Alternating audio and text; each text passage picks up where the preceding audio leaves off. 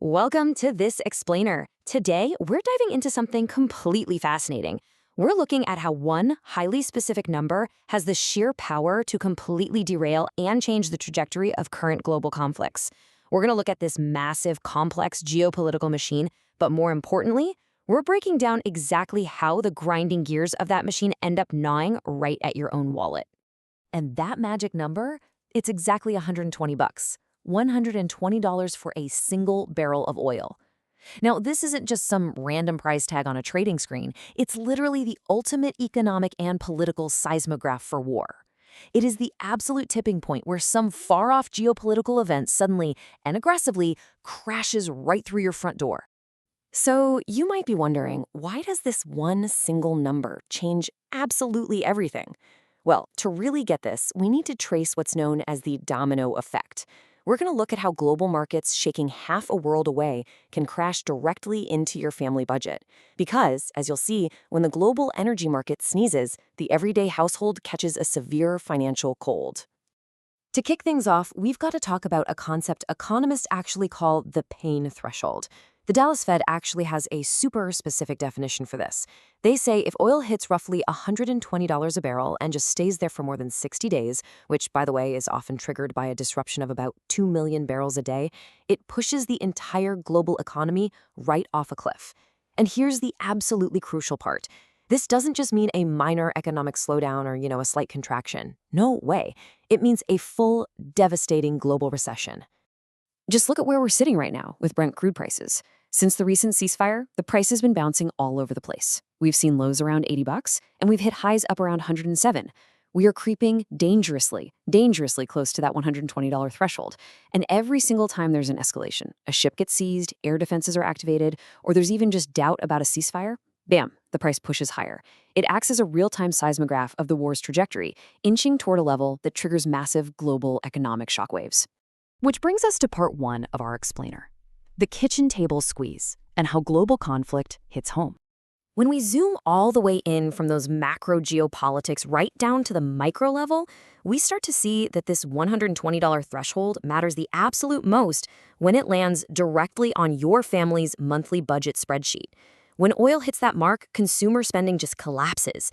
Gas hits $5 or even more per gallon in the US. Suddenly, this abstract geopolitical chess match turns into the very real household dilemma of choosing between, say, filling up the gas tank just to get to work or taking your family out to dinner. Your discretionary spending completely wiped out. That little while of higher fuel costs that politicians always try to brush off becomes a long, grueling reality for everyday families just trying to make ends meet.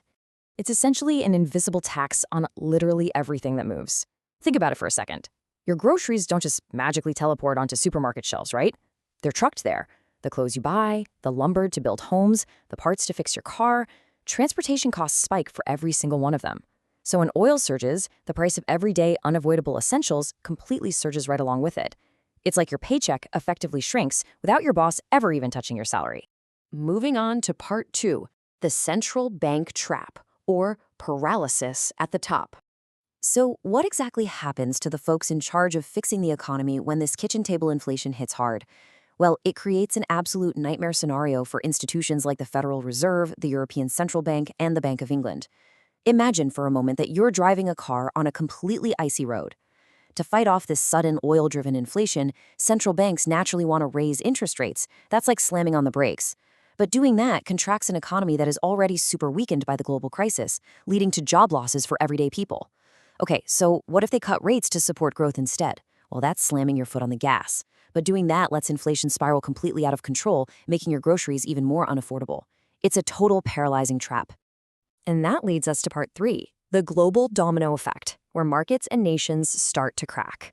Once the central banks are paralyzed like that, the damage changes keeps ripping outward into different industries and nations. First up, corporate earnings completely compress. Any business that relies heavily on energy, so we're talking airlines, trucking companies, manufacturers, retail, they all see their profit margins shrink, and that directly threatens jobs way before a recession is even officially declared. But the emerging markets, they crack first. Nations loaded with dollar-denominated debt and heavy energy imports like Turkey, Egypt, Pakistan, and Argentina, they face devastating currency crises as oil literally drains their foreign reserves. We actually saw this back in 2022 when energy costs partly triggered the collapse of Sri Lanka. Now, just try to scale that exact pain to a dozen countries simultaneously. It's wild.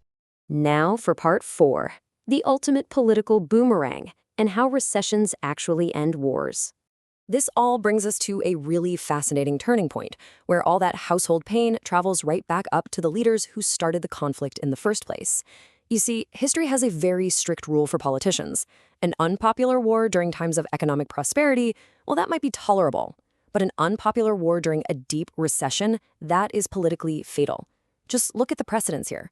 Back in 1973, President Nixon's approval completely collapsed when the oil crisis hit. Then in 2008, President Bush's approval absolutely tanked when the Iraq War coincided with a massive financial crisis.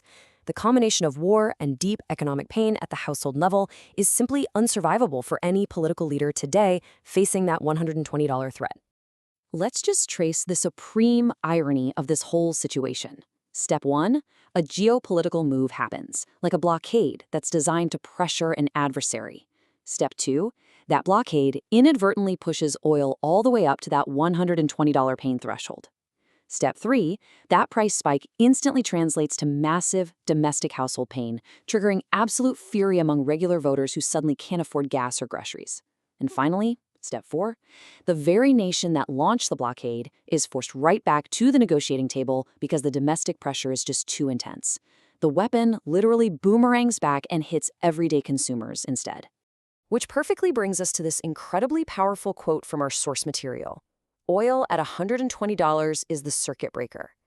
It literally transforms a geopolitical event into an immediate, unavoidable economic crisis that touches every single voter, every single household, and every business. At that exact price point, the political pressure from everyday people to end the war, honestly on almost any terms, becomes utterly overwhelming. It just completely shuts down the geopolitical machine. So I want to leave you with this final, kind of provocative thought to chew on. Could the very weapon designed to win a war actually be the exact trigger that abruptly ends it, simply because everyday people can no longer afford the cost? It's definitely something to think about. Thanks for joining me for this explainer. Stay curious and keep questioning the broader impacts of these global events.